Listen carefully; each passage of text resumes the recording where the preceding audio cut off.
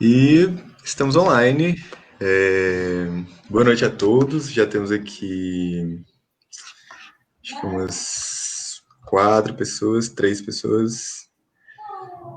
A galera do Observa está chegando também.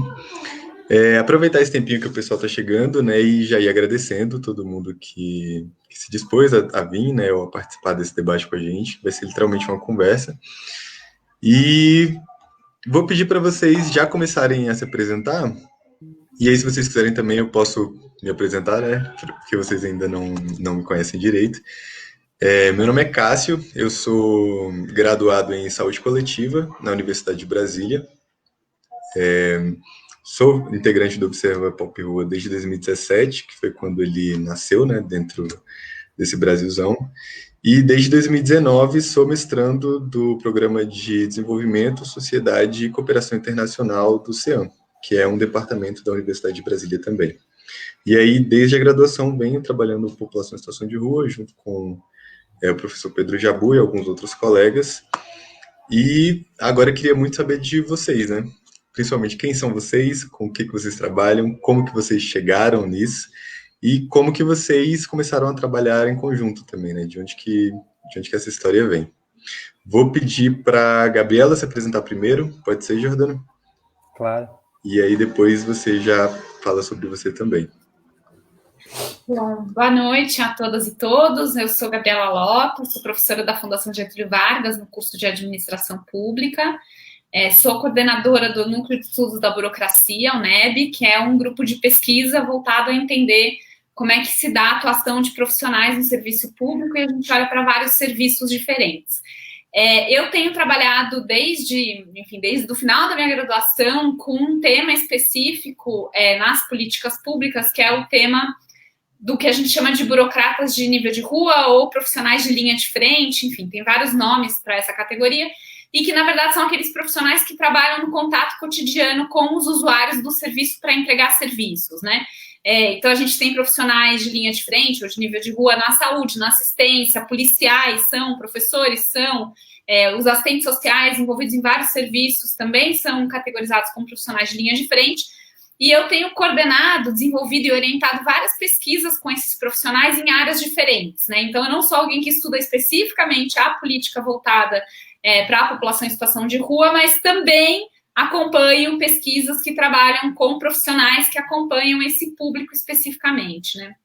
E agora, mais recentemente, Jordano e eu estamos coordenando aí uma pesquisa para olhar para os impactos do coronavírus, da crise do coronavírus, para diferentes profissionais da linha de frente. Então, a gente fez uma pesquisa olhando para o impacto em policiais, depois para profissionais de saúde.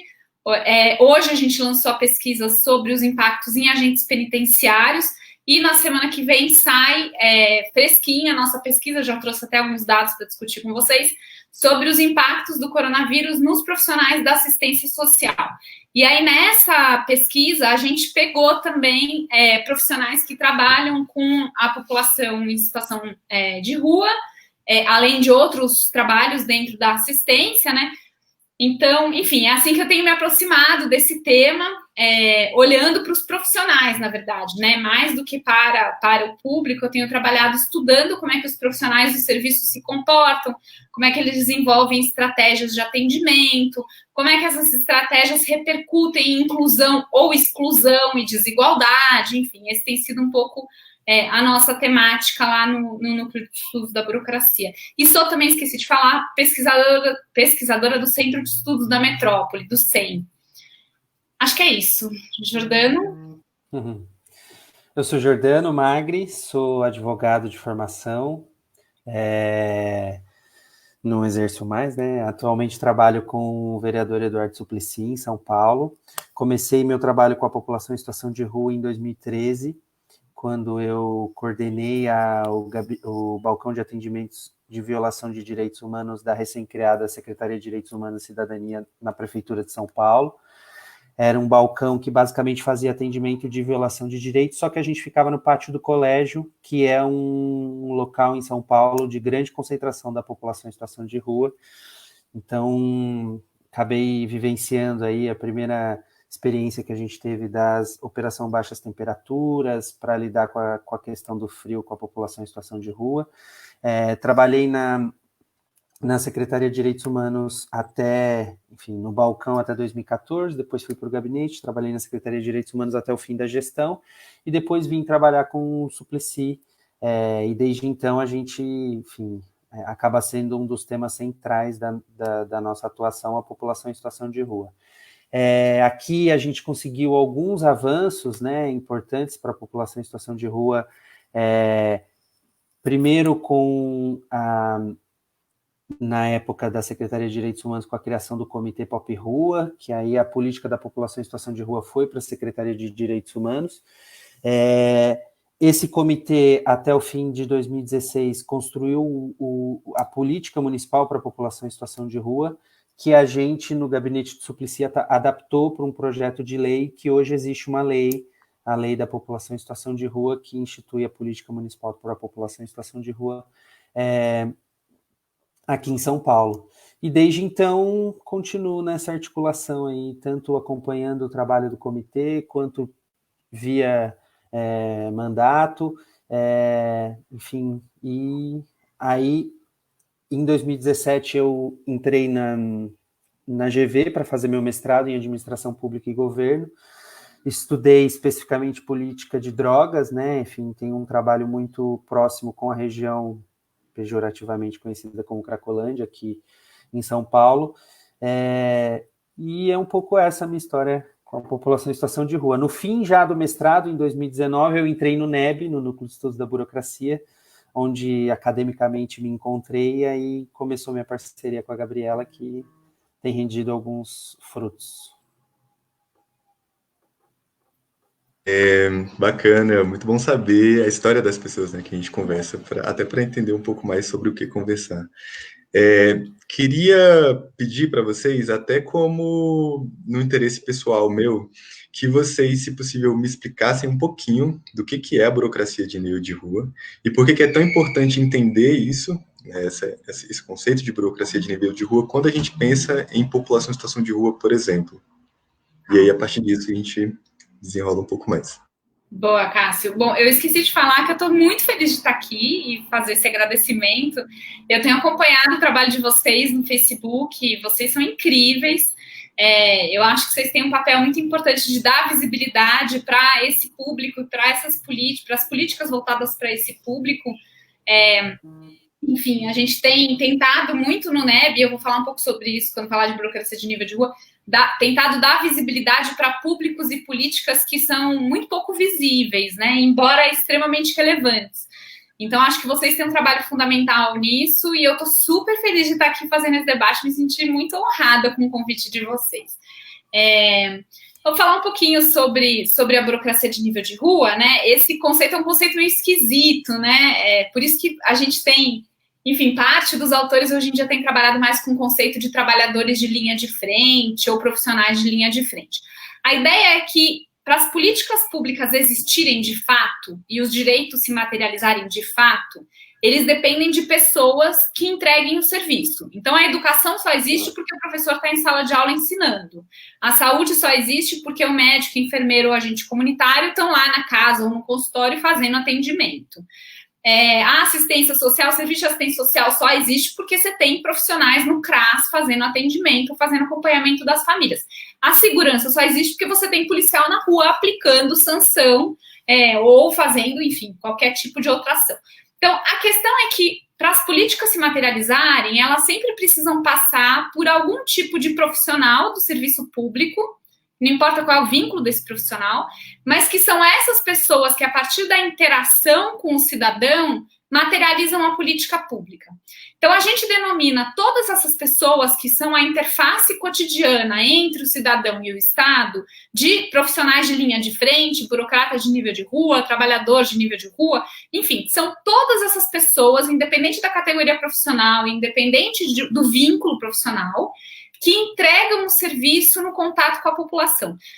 E por que essas pessoas são muito importantes? Elas são muito importantes para dois lados. Primeiro, porque para o Estado, são elas que materializam o que o Estado é, né? E aí tem um monte de pesquisa mostrando, por exemplo, que as pessoas gostam mais ou menos do Estado aprovam mais ou menos, se sentem mais ou menos representadas pelo Estado, dependendo de como é essa interação cotidiana com os profissionais. Né? A gente vivencia o Estado entrando no ônibus e tendo cobrador que vai interagir com a gente. Né? A gente vivencia o Estado com a diretora da escola ou o professor da escola que trata bem ou trata mal o nosso filho. Então, a construção da imagem do Estado passa por esses profissionais, porque eles são a materialização cotidiana. Então, para o Estado, eles são muito importantes. Agora, acima de tudo, para um Estado de direito funcionar, um Estado que entrega serviço funcionar, que é o caso do nosso Estado, o acesso a direito só existe se existem esses profissionais atuando. Qualquer direito que a gente for pensar, ele sempre vai ser materializado a partir da atuação de um burocrata de nível de rua, ou de vários burocratas de nível de rua. Né? Então, nesse sentido, a gente diz que eles são a porta de acesso do cidadão para os seus direitos. Eles são como se fossem os porteiros aí, que vão dizer pode, não pode, recebe, não recebe, né? E, nesse sentido, eles têm um poder importantíssimo na distribuição de direitos, eles têm um poder importantíssimo na alocação de benefícios, quem recebe o que e quanto, e na construção, portanto, do que é o acesso ao Estado e do que é a materialização do direito, da cidadania, né? Inclusive, em alguns casos, são eles que definem a cidadania das pessoas. Né? O caso do policial federal, por exemplo, ele define se você é cidadão ou não é cidadão no limite, né? Ou o cadastrador do CAD único, se você é potencial beneficiário do Bolsa Família ou não é. Então, essas pessoas, elas materializam o acesso a direitos no dia a dia. E por isso que elas são muito importantes, conceitualmente. Quando a gente pega públicos vulneráveis, e o caso da população em situação de rua é um exemplo, mas a gente poderia dar outros, o papel desses atores é ainda mais importante. Porque, como essas são pessoas que já estão em uma condição de vulnerabilidade, o acesso ao Estado depende necessariamente da atuação desses profissionais de nível de rua, que no caso, por exemplo, da população em situação de rua e outros grupos vulneráveis, na verdade fazem o Estado chegar no cidadão. Então não é nem o cidadão que está indo lá bater na porta do Estado e o burocrata dizendo vem, não vem. Na verdade, a gente está falando de serviços em que o próprio burocrata, o próprio trabalhador de linha de frente vai atrás do público. E se esse profissional não faz isso, ou se ele faz isso mal feito, ou se ele faz isso excluindo, a gente está, na verdade, aumentando desigualdades ou reproduzindo, ou aumentando vulnerabilidades. Então, no caso de públicos muito vulneráveis, em que a relação cotidiana com o Estado está esgarçada, destruída, desconstruída, o profissional de linha de frente ele é ainda mais relevante, porque é ele que consegue ser o elo ali no cotidiano com esses públicos que já perderam outros tipos de acesso, né? Por isso que para esses grupos, por exemplo, população em situação de rua, é muito importante, a gente vê isso, por exemplo, no caso da saúde, a gente ter profissionais na ponta que conhecem, às vezes até já vivenciaram, a situação real daquele público. Porque não adianta, por exemplo, o profissional querer impor certas medidas, certas regras de comportamento, certas exigências para um público que não tem menor capacidade de responder aquilo, né? Isso, por exemplo, acontece com usuários de droga, população com algum tipo de doença mental, problemas de saúde mental, públicos com deficiência, né? Então, você precisa que esse profissional traduza a política, que ele faça essa conexão, que não é uma conexão dada, ela está esgarçada, né? Então, nesse sentido, esses profissionais são ainda mais importantes para quando a gente tem públicos em situação de muita vulnerabilidade, né? Não sei se o Jordano quer. Não, depois dessa aula, estou só acompanhando. Espetacular, né? Né?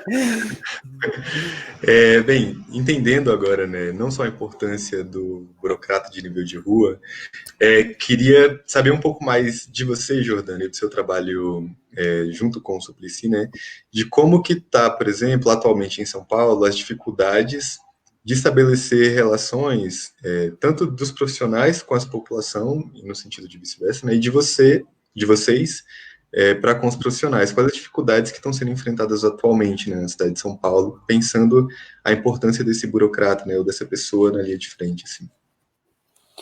Eu acho que, vamos lá, aqui em São Paulo a gente tem uma situação,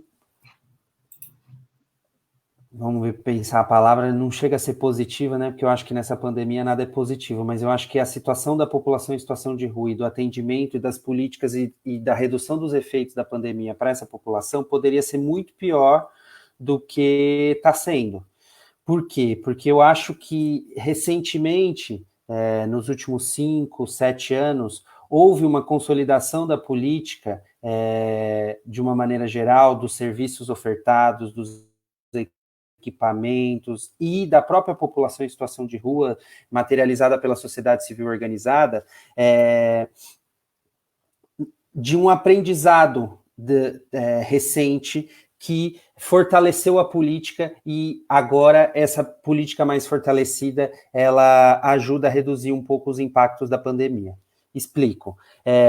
Eu acho que, enfim, aqui a gente tem o Comitê da População em Situação de Rua, que eu falei um pouco, ele foi criado em 2013, que é um órgão colegiado paritário entre sociedade civil e governo, que pensam e constroem e acompanham a política para a população em situação de rua.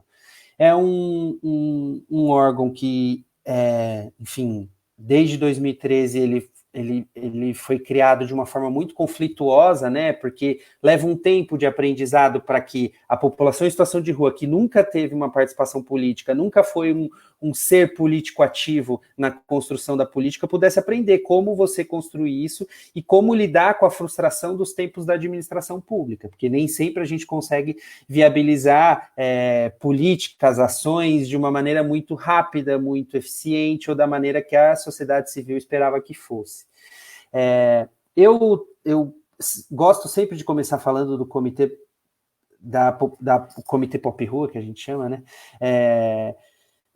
Porque eu acho que ele é um elemento central desse momento, justamente porque é um comitê que continua muito ativo, então eu acho que esse tempo de aprendizado ajudou a qualificar a participação desses atores, tanto da sociedade civil quanto do governo, para pensar as políticas nesse momento, e é um comitê que, justamente porque estava muito ativo, se manteve muito ativo durante a pandemia e tem ajudado e qualificado muito as ações para a população em situação de rua nesse momento.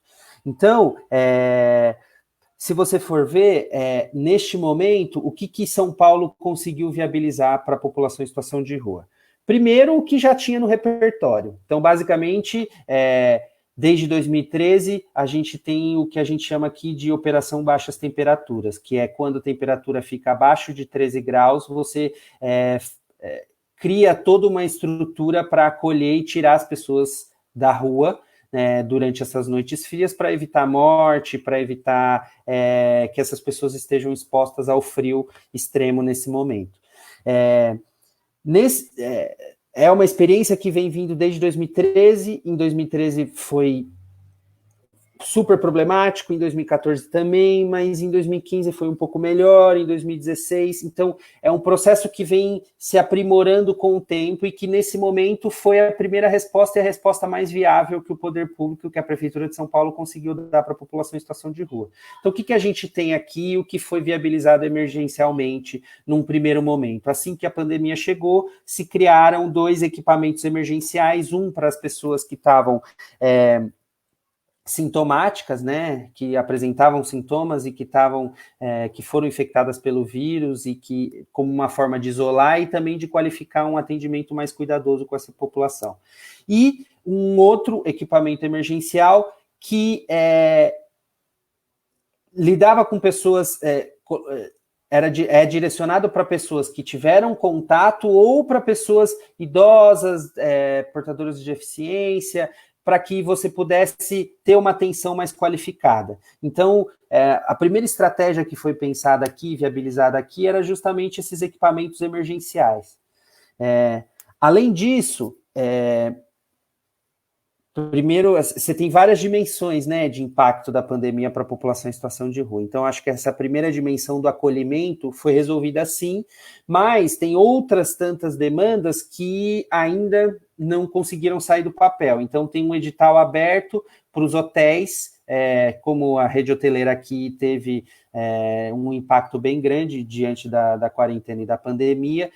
Houve uma conversa para que você pudesse viabilizar que esses hotéis abrissem vagas para a população em situação de rua. Num primeiro momento, essa experiência até foi bem delicada, né? Os hotéis se manifestaram dizendo que aceitavam qualquer tipo de população, menos a população em situação de rua. Gerou toda uma revolta, né, da população em situação de rua, várias grupos políticos, mandatos e o próprio comitê se manifestando contra isso. Depois, o próprio movimento dos hotéis voltou atrás e começou a aceitar, enfim, e o edital continuou seu curso aí, e hoje você está nesse regime aí de contratação de 500 vagas para a população em situação de rua em vagas em hotéis. A gente sabe que 500 vagas é uma população de 25 mil pessoas, 500 vagas acaba sendo uma realidade muito aquém da necessidade. Mas é uma das frentes que está em andamento, mas que ainda não conseguiu se viabilizar depois de quase 3 meses de pandemia, por uma dificuldade aí eu avalio uma dificuldade de sair um pouco do repertório que a própria prefeitura já estava acostumada. Então, o que a gente observa é que, nesse primeiro momento, o que a prefeitura conseguiu viabilizar nessa dimensão do acolhimento foi o que ela já tinha no repertório, que já fazia com base na experiência que tinha da Operação Baixas Temperaturas. Então, do ponto de vista do acolhimento, nós temos os centros de acolhida emergenciais, os hotéis, e tem se discutido com a sociedade civil aqui, o comitê tem dito muito sobre os campings sociais, para que você pudesse ter locais com mínimo de estrutura para que a população em situação de rua, cada um com a sua barraca, pudesse acampar e ficar um pouco mais protegido ou com uma estrutura um pouco melhor. Essa é um tema extremamente polêmico, porque o camping em São Paulo, pelo menos, já tinha sido aventado em outros momentos, em outros anos no passado, e sempre foi uma ideia muito rejeitada pela população em situação de rua, porque, no fim das contas, é um serviço meio precário. Se você não tem uma estrutura, de fato, então é você criar um serviço que precariza ainda mais essa atenção e esse atendimento para a população em situação de rua. Mas, nesse momento de pandemia, de necessidade de isolamento social, isso ganha um outro cenário, né? Isso acaba se colocando em um outro contexto, e tem sido uma demanda muito forte da população em situação de rua, principalmente a que compõe o comitê, e que o poder público, a prefeitura, não tem tido condições nem de dialogar, porque não sabe como viabilizar um desenho institucional de como fazer um camping. Então, acho que nesse momento a gente esbarra muito nessa questão dos desenhos jurídicos, da tipificação do sistema da assistência, que acaba sendo por um lado é uma vitória, é uma conquista histórica, mas por outro acaba sendo mobilizado em alguns momentos como uma forma de evitar ou de não viabilizar algumas ações. Esse é o ponto de vista do acolhimento. Se a gente vai pensar para alimentação, ou subsistência, água, direito à água potável, porque a gente sabe que a população em situação de rua não depende ou não sobrevive somente com a estrutura pública. Muito da que a população em situação de rua precisa e consegue para viver, acaba vindo da articulação com o comércio, das relações que eles constroem com os restaurantes, com a população que vive e transita na cidade. E quando você tem esse processo de quarentena, essa população e essa rede de suporte para a população em situação de rua não existe mais. Então, para lidar com essa questão da alimentação, foi viabilizado uma parceria, um edital, isso também conseguiu ser viabilizado rápido, de um edital que linkava os restaurantes e conseguia garantir que os restaurantes que estavam fechados agora fizessem marmita para a população em situação de rua. Então, atualmente, a gente tem 7.500 marmitas sendo oferecidas diariamente para a população em situação de rua, viabilizada pelo poder público. A gente sabe que tem outras organizações da sociedade civil que estão viabilizando outras milhares de marmitas e fontes de alimentação para a população em situação de rua. Isso pensando na prefeitura, né? Ainda na alimentação, se a gente olha para o estado, por exemplo, o Bom Prato aqui foi estendido. Então, o Bom Prato antes era só o almoço, né? Alguns algumas unidades tinham jantar, e agora é café da manhã, almoço e jantar, então eles conseguiram ampliar o atendimento, ampliaram para fim de semana, e agora, essa semana, não sei se de fato viabilizou, mas estava nessa luta para que a gente conseguisse a gratuidade, e parece que conseguimos, que agora a população em situação de rua não tem, porque o Bom Prato antes era a refeição por R$1, e agora a gente conseguiu a gratuidade para a população em situação de rua. Então, acaba minimizando um pouco os efeitos da falta de alimentação e subsistência para essa população. Ainda nesse campo, a gente tem uma demanda histórica para a população em situação de rua que conseguiu ser viabilizada agora, que é a questão dos bebedouros.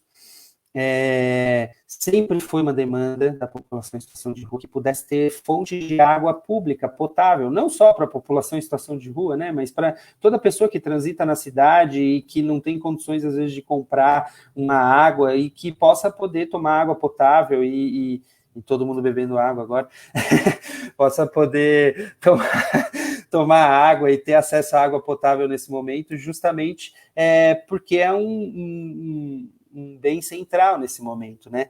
Então, eles viabilizaram 7 pontos, que para uma cidade do tamanho de São Paulo, 7 pontos chega a ser ridículo, mas é uma conquista histórica para a população em situação de rua, porque é uma demanda de décadas que você viabilizasse pontos de água potável, e nesse momento esses pontos de água que também viabilizem a higienização dessa população, poder lavar a mão e tudo mais. Aí eu acho que ganha importância muito o papel da sociedade civil. Então, foi via comitê que essas demandas e essas questões foram viabilizadas, e foi o comitê que definiu onde que esses 7 pontos iniciais deveriam ser colocados. Por quê? Porque é uma população que já conhece a forma como a população em situação de rua vive a cidade, sabe onde estão os pontos de concentração e onde seria mais estratégico incluir esses pontos. E, enfim, falei de acolhimento, falei de alimentação e água, e aí se a gente pensar nessa questão de higiene e proteção, aí eu acho que a gente tem um problema grande, não sei se só em São Paulo, né, mas no Brasil, e não só para a população em situação de rua, que de fato, uma estrutura ainda frágil de acompanhamento de saúde, da questão de higiene. Então, população em situação de rua pelo poder público não tem acesso à máscara, não tem acesso a álcool gel, a gente sabe disso, e nada foi feito nesse sentido para viabilizar essas ações. Tirando esses equipamentos mais especializados agora que estão acompanhando a população em situação de rua que está infectada e tudo mais, você tem não tem uma equipe, e os consultórios na rua, né, as equipes de consultório na rua que já atendem essa população, têm tentado mitigar e qualificar um pouco esse acesso da população em situação de rua à higiene e à proteção nesse momento, mas ainda é algo muito incipiente, muito pequeno dentro da necessidade que essa população tem nesse momento. Outro problema central aí, enfim, eu estou falando muito, mas estou só para terminar um pouco todas as ações. Outro problema central é a falta de sistematização e consolidação de informações em relação à população em situação de rua. Então, você não sabe quantas pessoas em situação de rua estão infectadas, você não sabe em que situação elas estão, e depois que, por exemplo, alguém vai ser hospitalizado, fica 15, 20 dias, não tem mais o acompanhamento que aconteceu com essa pessoa, se ela veio a óbito, se ela retornou, se ela voltou para a própria vaga dela, então, se estava em algum centro de acolhida. Então, tem uma fragilidade muito grande em relação à sistematização da informação, que é um dos pontos que, pessoalmente, mais me preocupa nesse momento. E eu acho que, de uma maneira geral, é isso, assim, acho que a gente está... parte do que já foi construído, consolidado e conquistado pela população em situação de rua, por meio do comitê e das políticas que foram desenvolvidas nesses últimos anos, ajudaram a minimizar um pouco os efeitos da pandemia para essa população, mas agora a coisa ganha um pouco mais a situação fica um pouco mais temerária com a chegada do frio, né? Então, a gente ainda não sabe exatamente como isso vai impactar ou como isso vai atravessar, porque aí são várias crises que se entrecruzam, né, deixando a situação um pouco mais complexa. Então, esse é um ponto de atenção aí importante nesse momento. Alguns comentários foram feitos aqui e me deixaram com duas dúvidas muito grandes, assim. Acredito que uma vai ficar para cada um dos dois, na verdade. Uma é sobre o processo de educação continuada, que um dos colegas do observatório fez, inclusive. Qual o papel que esses processos de educação continuada, por exemplo, teriam dentro dessa representatividade burocrática de nível de rua, né?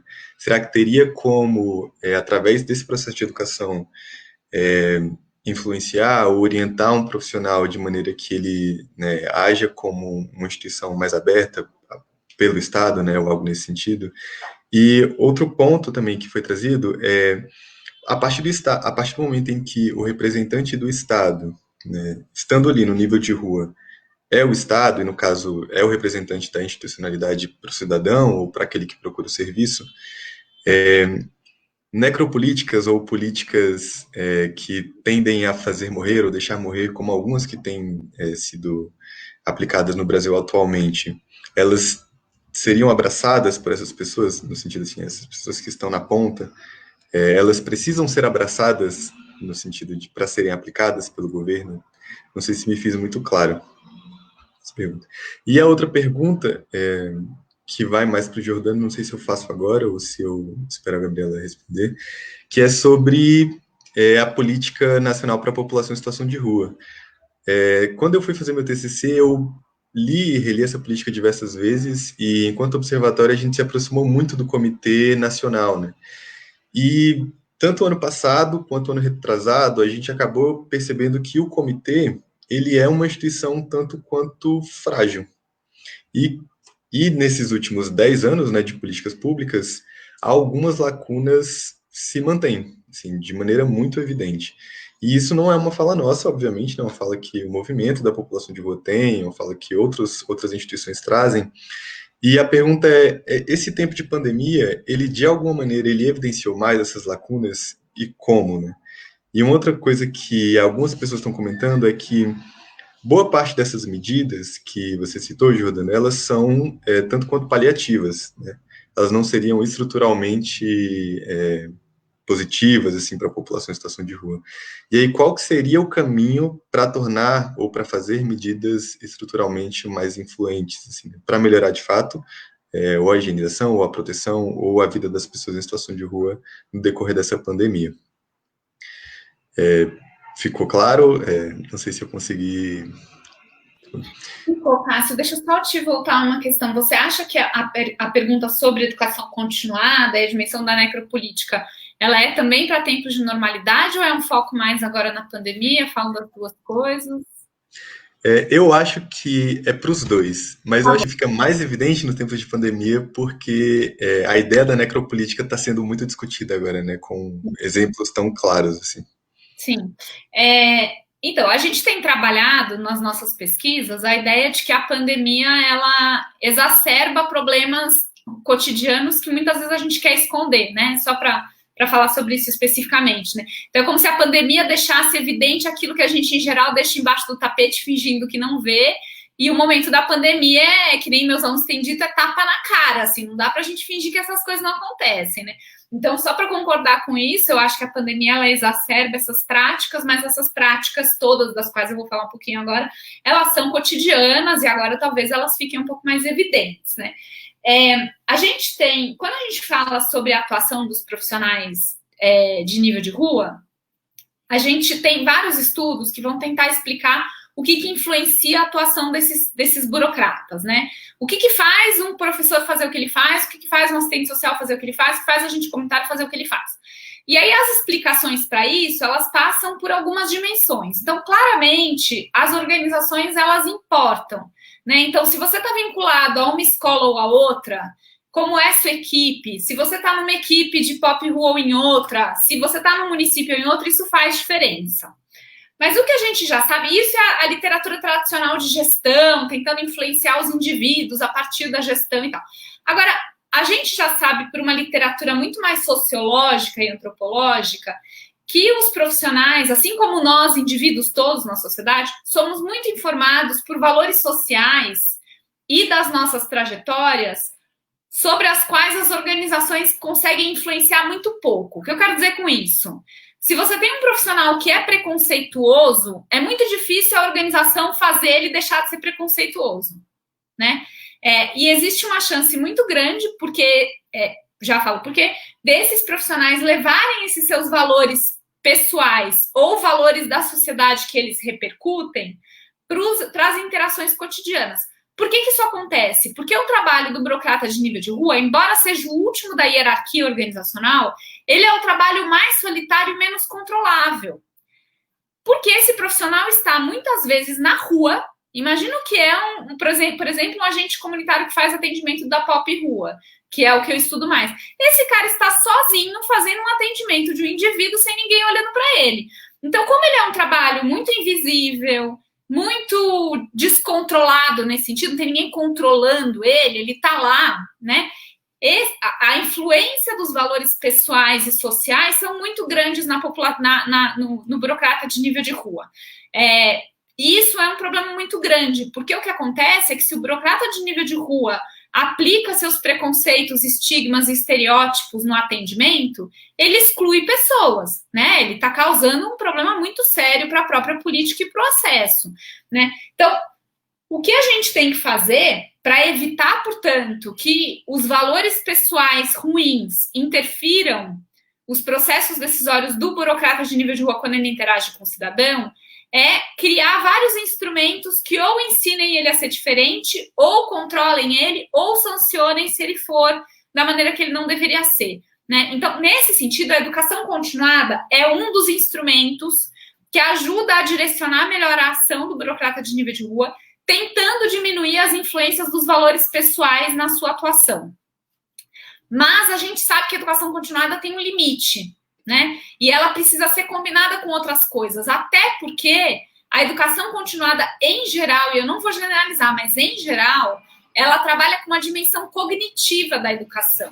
E quando, por exemplo, um profissional trata de maneira preconceituosa um cidadão, isso não passa por uma dimensão cognitiva. Ele pode saber toda a lei, ele pode saber toda a política, ele pode saber tudo que ele devia fazer, mas ainda assim ele não consegue controlar os seus instintos, né? Então, isso para dizer, a educação continuada, às vezes, ela trabalha só com uma dimensão muito objetiva e muito consciente do conhecimento, e ela não chega lá na coisa inconsciente, que é onde, por exemplo, os estereótipos e os estigmas estão.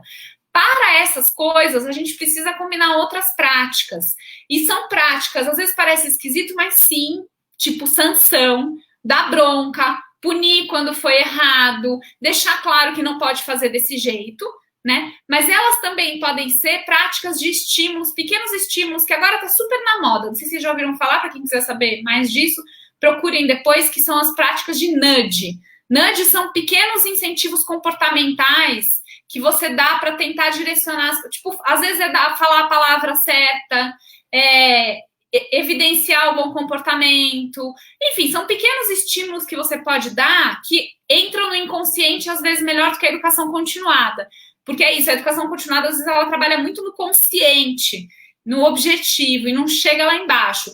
E quando a gente está falando de estigma, estereótipo, valores, a gente está falando de coisas que estão mais embaixo, que são camadas mais difíceis de serem alteradas. E aí a gente tem experiências legais que conseguem fazer mudanças dessas coisas. Agora, tem uma coisa importante disso que foi falado, que é o seguinte: os atores que estão no Estado, eles representam a sociedade. E se nós temos uma sociedade preconceituosa, o profissional não ser preconceituoso é ele agir contra a sociedade. No caso da política de POP Rua, talvez isso não seja tão evidente, mas eu vou dar o caso da saúde, que é um caso que eu tenho estudado muito. Por exemplo, os agentes comunitários de saúde, eles são vizinhos das pessoas que eles atendem.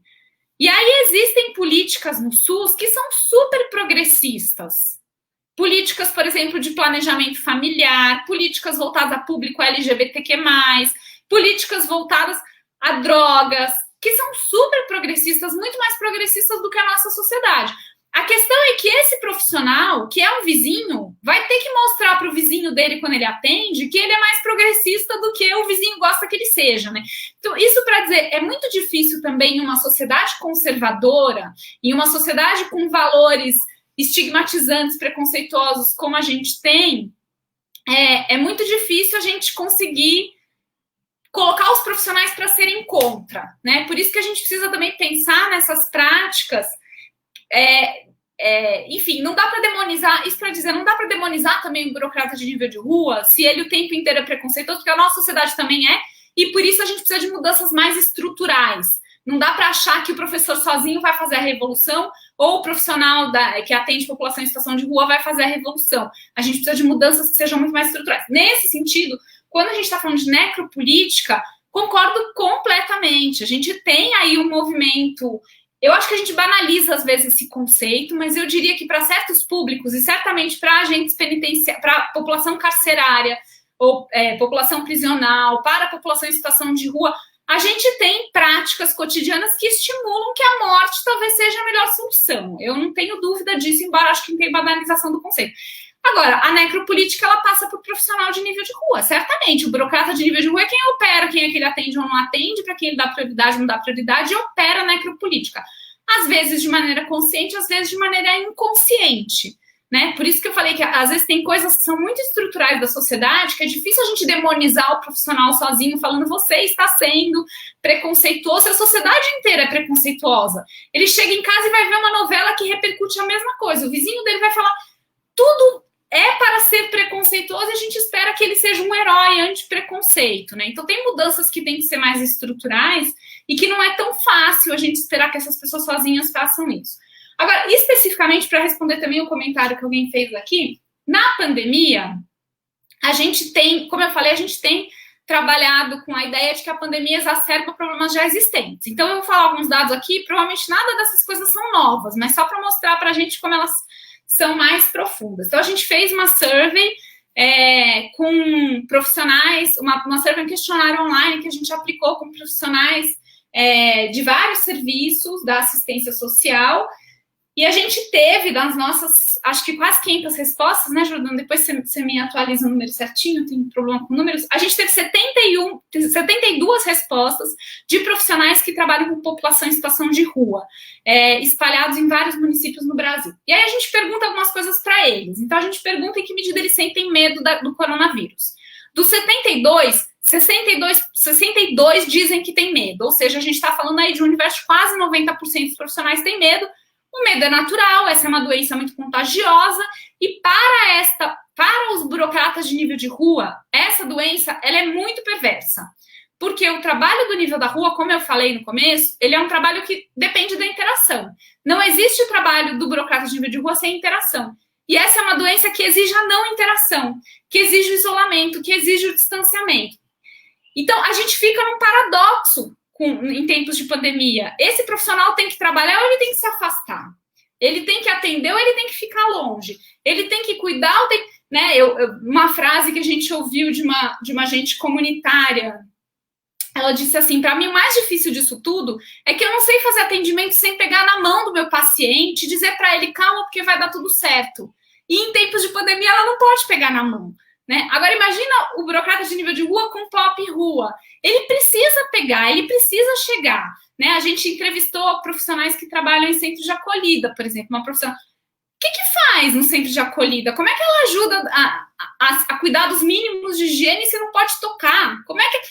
É um paradoxo. Então, essa dimensão de sentir medo, ela é muito presente nesse momento. Agora, a gente perguntou também em que medida os profissionais se sentem preparados para lidar com a pandemia. E só 11 dos 72 dizem que eles estão preparados. Por que eles não estão preparados? Eles não estão preparados porque não tem treinamento, aí o papel da educação continuada. Não tem informação oficial. A gente fala para o profissional, continua trabalhando, mas fica longe. Mas então não ensina como faz isso, né? A gente exige distanciamento, mas exige presença. Então, isso tudo gera uma sensação de que ele não está preparado, e não está mesmo preparado, porque ninguém está preparado para lidar com uma pandemia, a não ser que alguém ensine para a gente o que a gente faz com isso. Ainda mais quando pega no centro do nosso trabalho, como é o caso dos burocratas de nível de rua. Né? A gente perguntou também quantos deles receberam equipamento de proteção individual, e dos 72, só 28 receberam, então chega perto de 1/3, o que é muito pouco para um trabalho que tem que ser interativo, e uma situação que já cotidianamente problemática em termos de higiene, de potencial de insalubridade, de pegar doença e transmitir doença, e que em tempos de pandemia, todo profissional... Nós usamos máscara para descer elevador. Por que um grupo de profissionais que faz atendimento não tem máscara, não recebe máscara do poder público? Vai ter que comprar máscara com seu dinheiro, máscara sem certificado, ou vai trabalhar sem máscara, se contagiar e contaminar seu potencial vetor, né? E aí a dimensão do treinamento que a gente falou, só 9 dos 72 receberam algum tipo de treinamento, né? A gente está falando aí de perto de 10, 12%. É baixíssimo percentual. Isso, importante, Cássio, apareceu na polícia, nos agentes penitenciários, nos profissionais de saúde, nos profissionais da ciência social. O Estado não está preparando os nossos profissionais para trabalhar. E aí eu vou falar uma coisa que eu vou banalizar o conceito, mas eu vou dizer, igual a gente faz necropolítica com o cidadão, eu também acho que com certas categorias profissionais a gente opera na necropolítica. Porque se o Estado não dá equipamento e não treina essas pessoas, o Estado está colocando essas pessoas em risco de morte, literalmente. O Brasil é o país que mais teve morte de profissional de saúde em decorrência do Covid no mundo. A gente está expondo essas pessoas a morrer. É isso que a gente está fazendo, né? Então, enfim, eu acho que essas coisas mostram como, de fato, a gente tem um descuido da ponta, um descuido do braço e das mãos do Estado que estão lá fazendo atendimento, e que, no fundo, é um descuido com a população e com os cidadãos, né? Enfim, acho que é um pouco isso dos dados, depois posso falar de mais algumas coisas pontuais, mas só para já responder um pouco as questões. Acho que passei por tudo. Respondeu perfeitamente. Inclusive, eu ia entrar agora sobre uma reportagem que eu li essa semana sobre a pesquisa que vocês fizeram, né, relacionados aos ACS, que apenas 32% quer dizer, apenas 19% dos agentes comunitários de saúde receberam algum tipo de equipamento de promoção, né, de proteção. Isso, com profissionais que trabalham interagindo com pessoas, é algo totalmente inaceitável, né? E agora você trouxe que 9 profissionais de 72 receberam treinamentos. É literalmente um absurdo. É como jogar pessoas num campo para morrer e não deixar elas saberem que elas vão morrer ali, assim, né? E esperar que isso aconteça. Não, exatamente. A gente tem usado a analogia de que a gente está jogando esses profissionais no campo de guerra, assim, vai lá no meio da guerra, nos representar, lutar por nós, vendados e sem nenhuma arma na mão, né? E que eles estão lá com toda a cara e coragem, porque eles continuam exercendo o seu papel, eles estão lá enfrentando, eles estão lá lutando, mas numa situação muito desoladora, né? Não, totalmente. Giordano, você também participou dessa pesquisa com a Lota, né? Se você puder comentar também, e aí já entrando no questionamento que eu fiz anteriormente. Claro. Eu acho que participei da pesquisa, acho que a pesquisa, no fim das contas, numa das outras seminários que eu participei com a Gabriela, ela falou uma coisa que fez muito sentido para mim. Pesquisador, no fim das contas, fala o que todo mundo já sabe, mas consegue transformar isso em dados e materializar isso de alguma forma. Então, na verdade, esse despreparo, essa displicência com os trabalhadores da ponta, e necessariamente, a partir do momento que você se faz displicente com os trabalhadores, você se faz displicente com o público que você atende também. Então, eu acho que necessariamente isso mostra que, de fato, as medidas que estão sendo pensadas e viabilizadas, elas são medidas paliativas, sim, entrando já um pouco na discussão que você propôs na pergunta, porque a dimensão de atuação e de ações e de políticas viabilizadas nesse momento precisava ser muito mais estruturalmente pensada, precisava envolver os trabalhadores da ponta, precisava envolver a sociedade civil, precisava envolver o público-alvo nesse momento. Então, se você pensar... eu estava refletindo isso recentemente. A diretriz que todo mundo fala e que se fala nesse momento é fique em casa. A rua é o perigo. E a população em situação de rua? Então, se a rua é o perigo nesse momento, se a interação é o perigo, é o problema nesse momento, você necessariamente, ao mobilizar esse problema dessa forma e a solução para o problema dessa forma, você necessariamente exclui a população em situação de rua.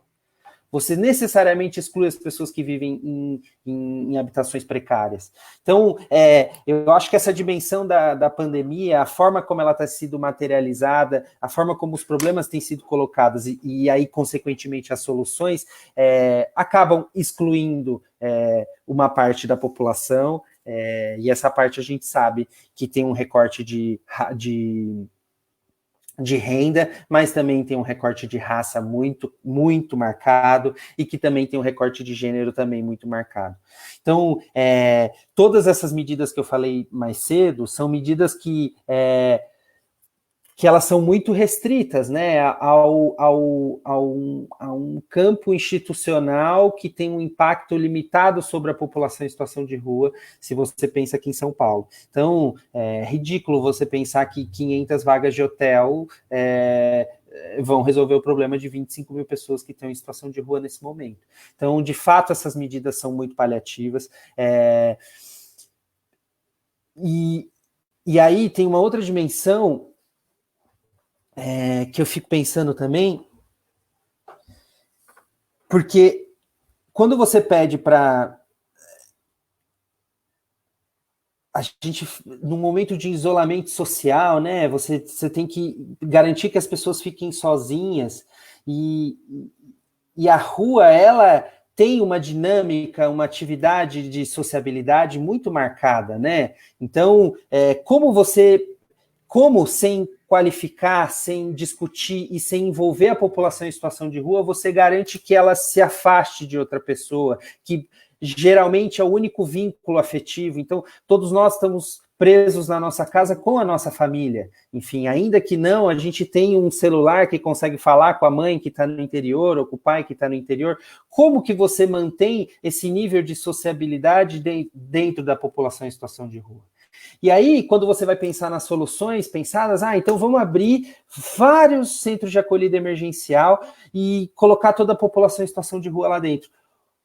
Quão violento pode ser para uma pessoa que tem a sua dinâmica de vida, tem a sua liberdade, tem a sua forma de viver o território, de viver a cidade, em colocar ela num 60, 90 dias enfurnada dentro de um centro de acolhida?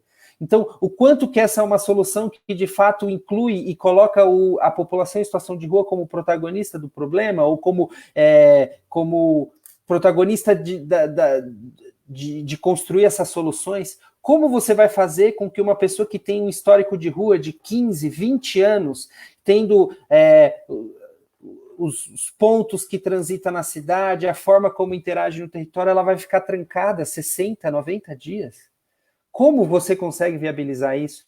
Então, acho que a pandemia acaba acaba deixando ainda mais complexa uma relação e um modo de vida que já é muito complexo. Então, e aí as soluções do poder público não conseguem dar conta dessa complexidade e dessa dificuldade que é de lidar com a população em situação de rua e com todos a dinâmica de vida e de interação que elas têm da convivência comunitária e tudo mais.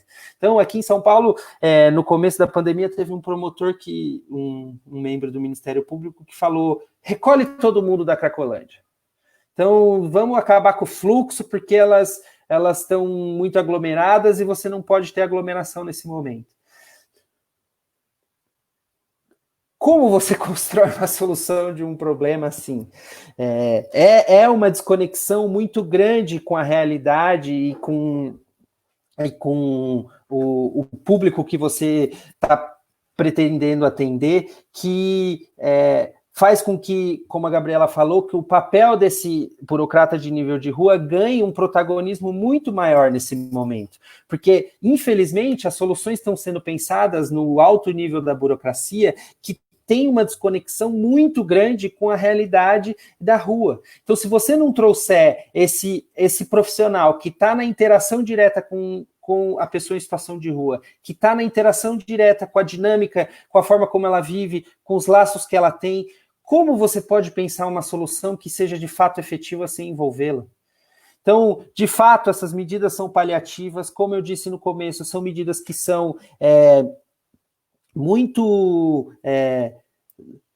muito conservadoras, se a gente for pensar, porque são as que já estão no repertório e é aquilo que o poder público consegue ou um dia já conseguiu viabilizar e não consegue sair disso. Mas a gente sabe que para o enfrentamento da pandemia e, de fato, para que a gente pudesse proteger a população em situação de rua ou garantir direitos e fortalecer e diminuir o impacto da pandemia sobre a população em situação de rua,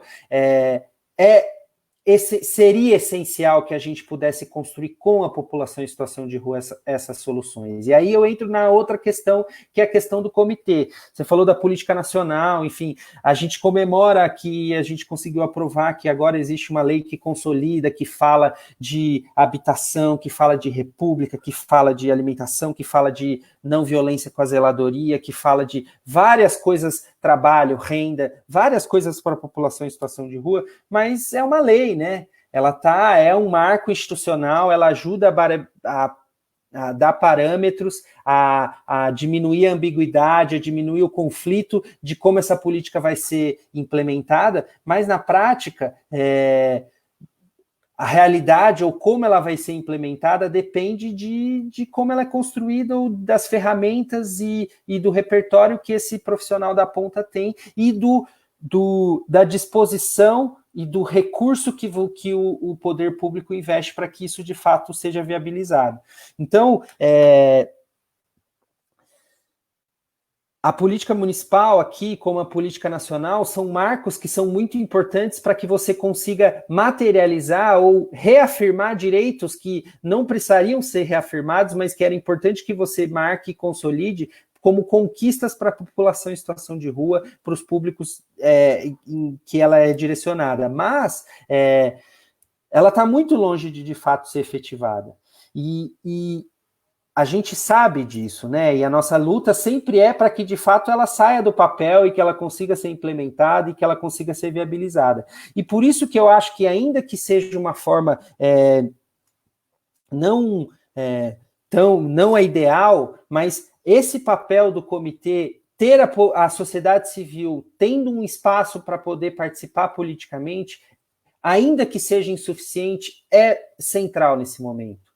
Grande parte das soluções que foram viabilizadas aqui em São Paulo foram viabilizadas por reclamação, pela combatividade da população em situação de rua e de atores políticos que, ainda que não seja no comitê, mas estão fazendo, como o Padre Júlio, como a Rede Rua, como o Movimento Estadual, como o Movimento Nacional.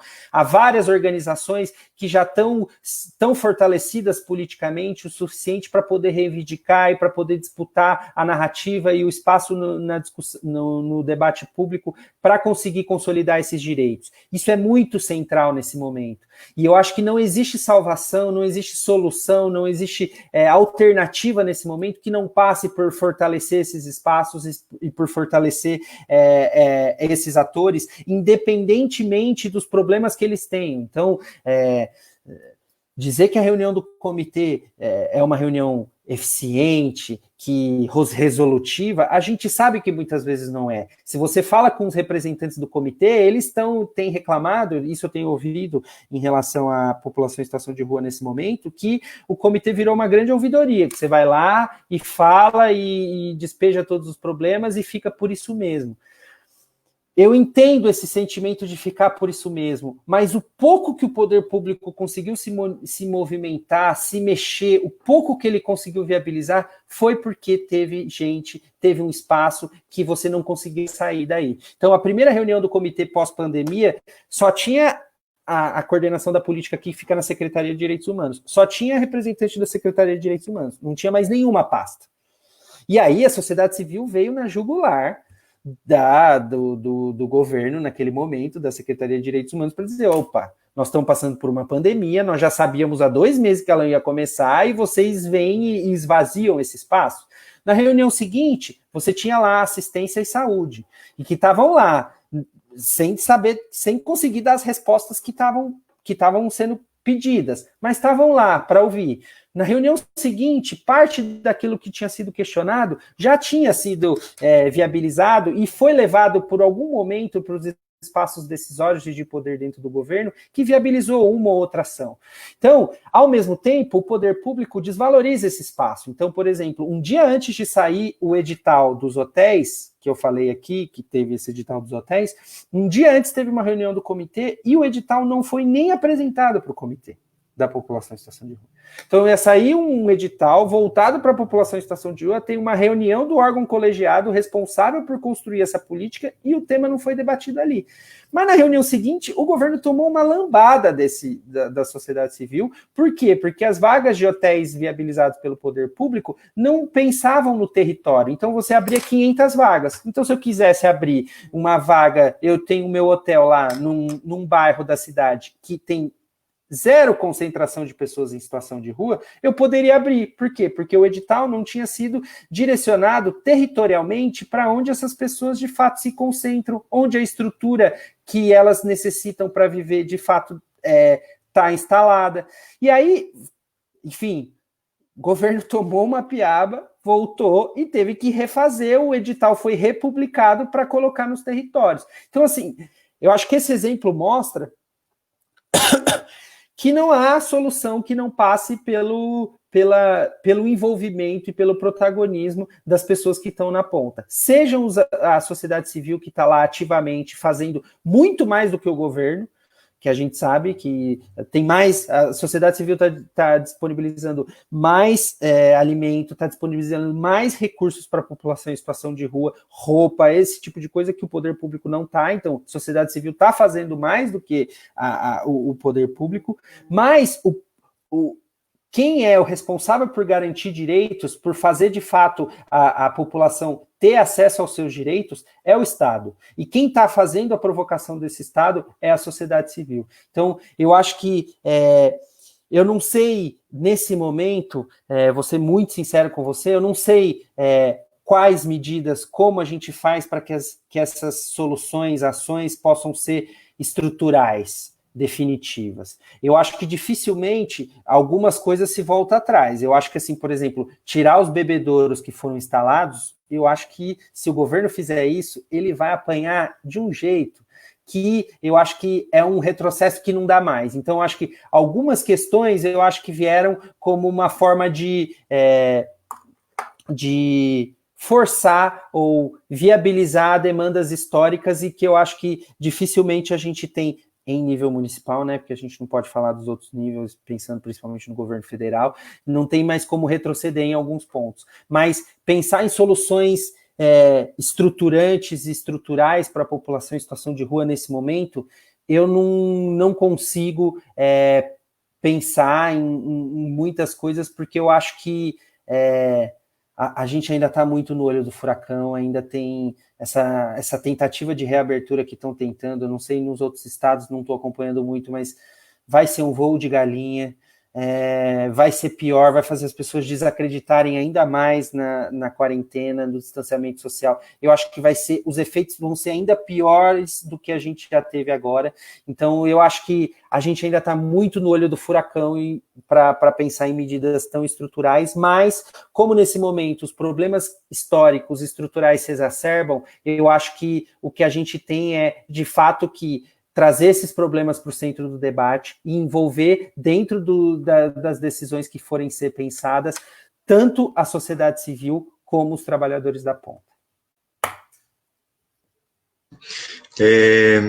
Agora me pipocaram aqui duas coisas. Uma muito em cima do que a Tâmara comentou, que é quando a gente pensa uma política, por exemplo, uma política de saúde, uma política de assistência social, a gente estabelece dentro, né, dela diretrizes de ação para esses burocratas de nível de rua, né?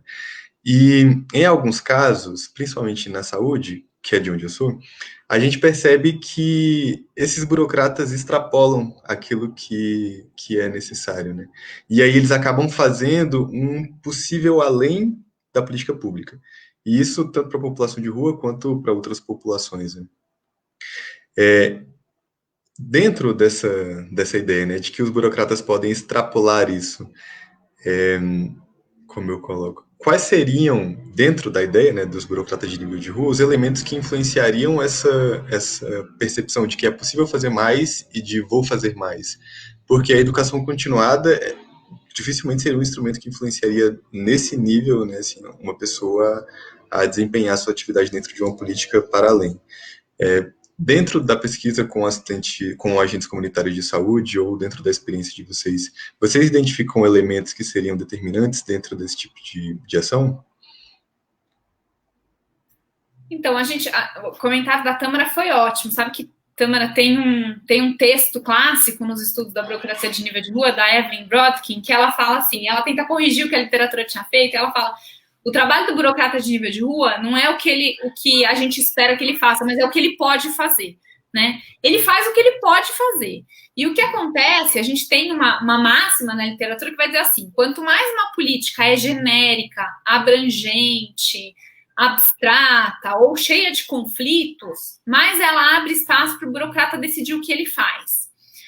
O nosso caso é um caso muito complexo na construção normativa das políticas, porque a gente tem um Estado federativo com muita desigualdade e heterogeneidade, de forma que, em geral, as políticas elas são desenhadas de maneira muito abstrata e genérica para serem adaptadas pelos profissionais da ponta, né?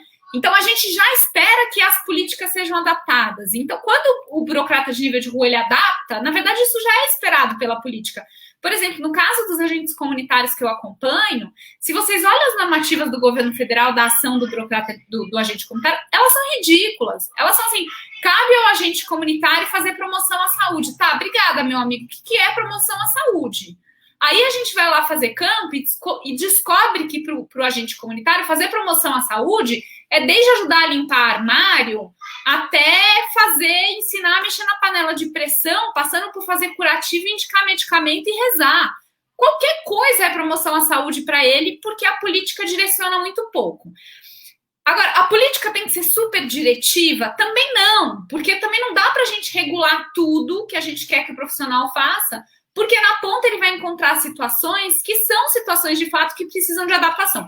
Então, a sacada está em a gente ser capaz de desenhar uma coisa que seja direcionadora, mas abra espaço para a liberdade, e ao mesmo tempo formar esse profissional para ele tomar boas decisões, que passa pela educação continuada, mas passa por outros instrumentos também, como eu falei, para que a gente aposte numa boa decisão, em vez de dizer ele não vai decidir, ele vai decidir. Ele vai fazer o que ele pode fazer e o que é capaz de fazer. E quanto mais você cobra dele resultado, mais ele inventa coisa para fazer, né? A gente fez uma pesquisa, por exemplo, ano passado. Para mim, acho que foi uma das pesquisas com o pior resultado que eu encontrei, assim, de marcante para mim. Porque a gente aplicou um instrumento de experimento com agentes comunitários e enfermeiras, em que a gente apresentava 2 casos, que era uma menina grávida que não queria fazer pré-natal, uma adolescente grávida que não queria fazer pré-natal. Uma das adolescentes era de baixa renda e não sabe quem é o pai da criança e é filha de mãe solteira, e a outra mora com o pai, com a mãe, tem namorado fixo. Mas os 2 casos em termos de saúde, Cássio, você é da área de saúde, os 2 casos em termos clínicos são o mesmo caso, uma gestante adolescente que não quer fazer pré-natal. E a gente foi perguntar para os agentes comunitários e enfermeiras o que eles fazem nesses 2 casos. O que eles fazem no caso da menina que é mãe solteira e que não quer fazer pré-natal? Vou falar primeiro do outro caso, que o outro caso é mais bacana. O que eles fazem no caso da menina que tem namorado fixo e mora com os pais? Eles vão convencer a menina a fazer pré-natal. Eles vão na casa, eles falam com a mãe e com o pai, falam com o namorado. Eles abrem a UBS em horário alternativo para ela fazer o exame. O que eles fazem com o outro caso? A resposta das enfermeiras e agentes comunitárias foi contundente. A gente faz exame forçado. Aí, o que é fazer um exame pré-natal forçado? É carregar os nossos equipamentos, ir na casa da menina e, se precisar, a gente chama o porteiro da UBS para segurar a menina e fazer o exame. Aí meu Deus do céu, mas assim, da onde vocês tiraram um negócio desse? E a explicação deles é, eu preciso fazer esse exame. É um exame obrigatório. Se ela não fizer, eu coloco em risco este bebê. E eu, como profissional de saúde, sou obrigado a fazer isso. Isso para dizer, quanto mais a gente começa a estabelecer resultado e cobrar resultado, mais eles inventam o que eles podem fazer. E às vezes o que eles podem fazer é ser violento. E para eles o problema não é ser violento, o problema é não fazer o exame, né? Então, tudo isso para dizer que o burocrata de nível de rua faz o que ele precisa fazer e o que ele pode fazer. E isso é imprevisível. Então, a gente precisa sempre pensar como desenhar as políticas para direcionar, mas também como formar essa pessoa para ela tomar boas decisões, porque ela vai ter que tomar boas decisões na rua. Ainda mais em situações, por exemplo, de públicos com muita vulnerabilidade, como é o caso da população em situação de rua, a gente nunca sabe o que esse profissional vai encontrar quando ele está lá, né? Várias pessoas mencionaram aqui, por exemplo, problemas psiquiátricos e uso abusivo de drogas. A gente não sabe a condição das pessoas quando um burocrata vai atender, né? Então, não dá para a gente pré-determinar o que ele faz. Não dá para pré-determinar um protocolo rígido. Mas a gente precisa ter pessoas que vão tomar muito boas decisões quando eles tiverem que tomar decisão. Por isso que a questão é a gente apostar em uma boa decisão. A gente apostar numa formação que não é só educação continuada, é mais do que isso, mas que trabalhe na tônica das boas decisões. Apostar que essa interação é uma interação que tem que funcionar e tem que funcionar bem. E por isso você tem que ter bons indicadores para medir, você tem que ter bons sistemas de controle para medir, e assim sucessivamente. Você tinha... Então, por isso essa dimensão... E é uma coisa importante. Esse para além, ele fazer o que ele pode fazer, e às vezes é ir além do que a própria regra pede, esse para além pode ser para o bem ou para o mal. Porque o ir para além, às vezes, significa o agente comunitário botar o paciente no próprio carro e levar para o hospital, porque a ambulância não chegou. E aí você vai falar, o cara tá errado? Eu falo, graças a Deus que esse agente comunitário fez isso. Mas esse para além também pode significar ele prender a menina, amarrar a menina para ela fazer exame forçado. E aí a gente não gosta disso.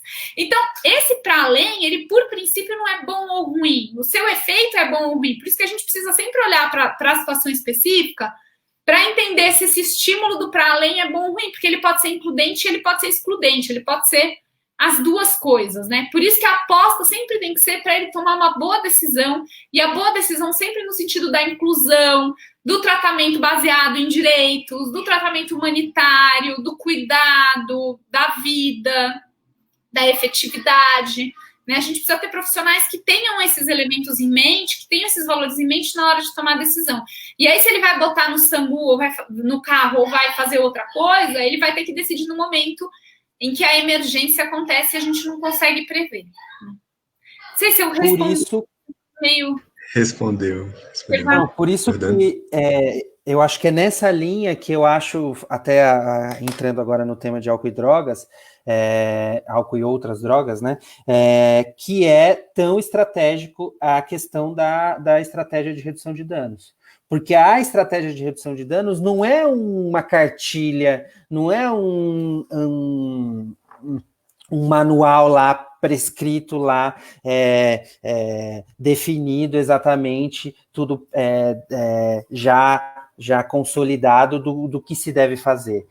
No fim das contas, uma estratégia de cuidado, de você reduzir os efeitos danosos que aquele uso abusivo pode ter. Então, eu acho que eu acho que isso ganha contornos ainda mais drásticos nesse momento. Então, a gente sabe que o álcool na rua, ele tem um papel de proteger do frio, de dar coragem para você pedir comida, para você conseguir, para você interagir. Então, assim, num momento de crise, de emergência do jeito que a gente está vivendo, isso ganha outros contornos. Então, por isso que as estratégias, elas precisam ser pensadas e garantir que os profissionais tenham recursos para saber lidar e tomar boas decisões. E aí eu acho que retomo sempre essa importância da estratégia de redução de danos como uma forma, uma metodologia de cuidado e de proteção e de garantia,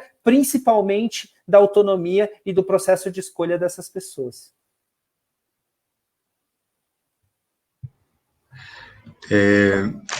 Dessa conversa, assim, eu, fazendo um gigante resumo, né, notei algumas dificuldades principais que, a partir da fala de vocês, vem surgindo, né? A primeira seria a falta de apoio do governo federal ou estadual aos próprios profissionais de saúde, que, de acordo com os dados que vocês trouxeram, né, e de reportagens que apresentam a pesquisa de vocês, é grotesco. É um apoio pífio, que não possui treinamento, que não possui equipamento, que literalmente não possui orientação. E a partir disso, né, da falta de apoio aos profissionais, os profissionais apoiariam de maneira ineficaz a população. Não por sua falta de capacidade, mas por sua falta de apoio e no caso, de possibilidade, né?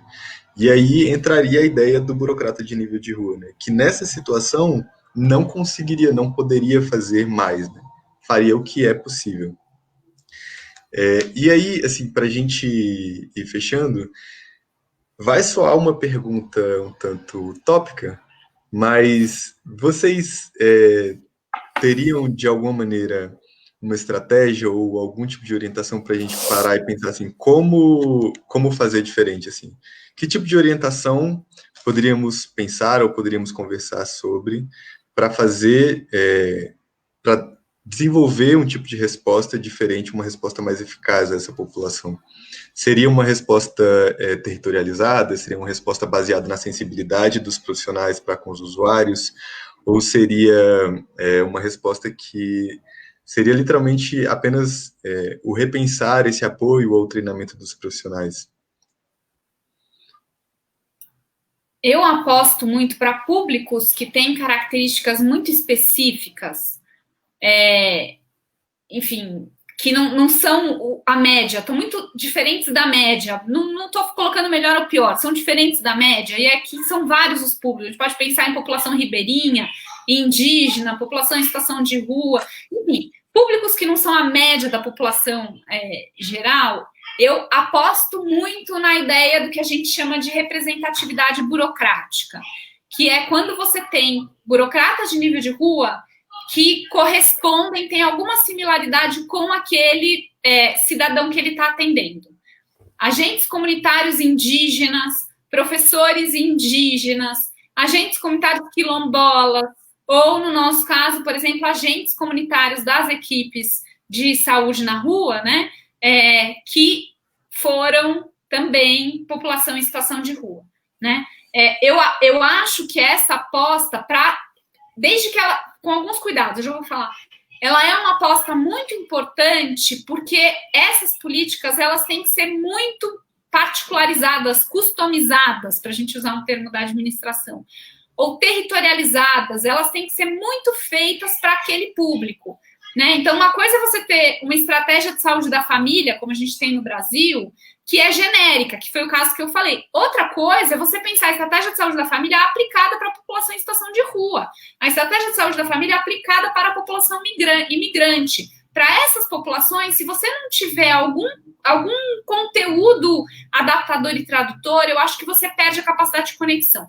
Então, para esses casos, eu acho muito importante você ter burocratas de nível de rua que tenham alguma representatividade daquele público. Agora, qual é o cuidado disso? O cuidado disso é que, primeiro, você tem que profissionalizar essas pessoas. Então, não é só dizer, vai lá e trabalha, né? Se você não profissionaliza, esse cara não é nem capaz de fazer tradução.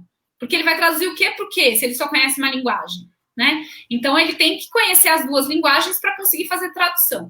Uma outra coisa importante é que, para isso funcionar, esses profissionais têm que estar ligados a uma equipe maior, na qual ele possa fazer a tradução, mas ele também tenha um outro lado ali para conseguir fazer avaliações um pouco menos personalistas, um pouco mais neutras.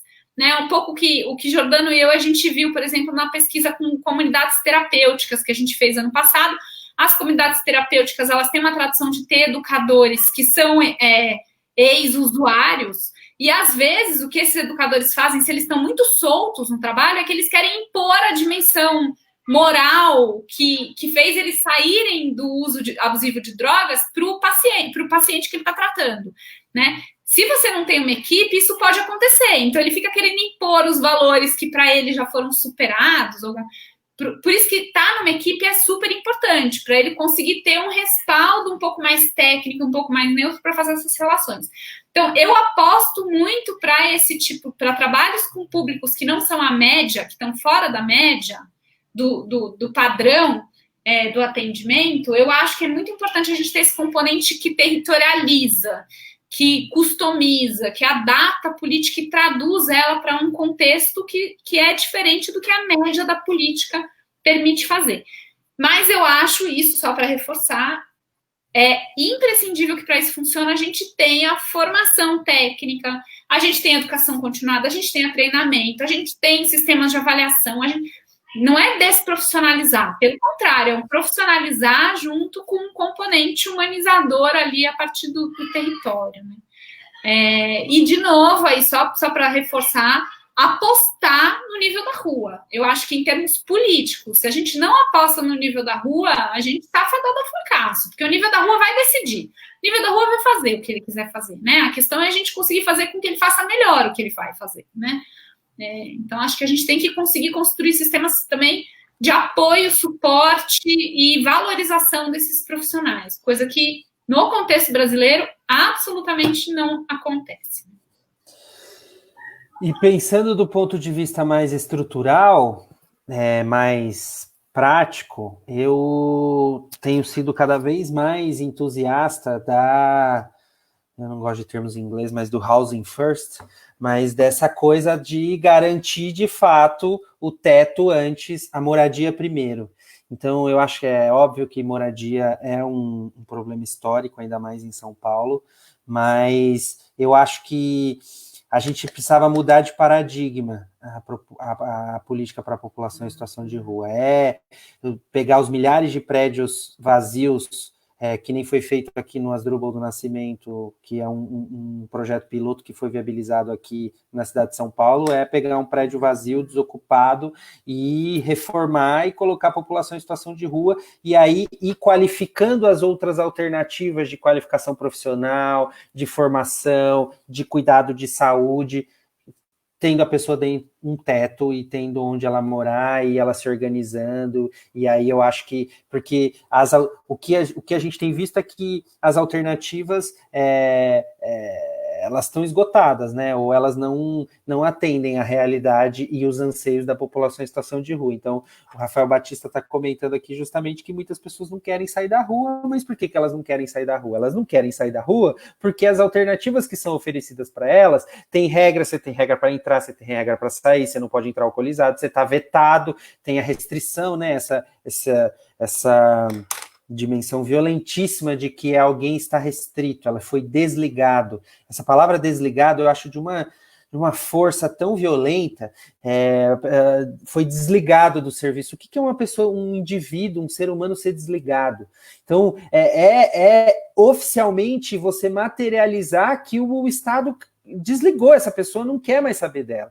Então, isso só mostra que a forma como a gente tem pensado nas soluções, as alternativas que a gente tem viabilizado, ou o que a gente tem para oferecer para a população em situação de rua, não cabe para ela.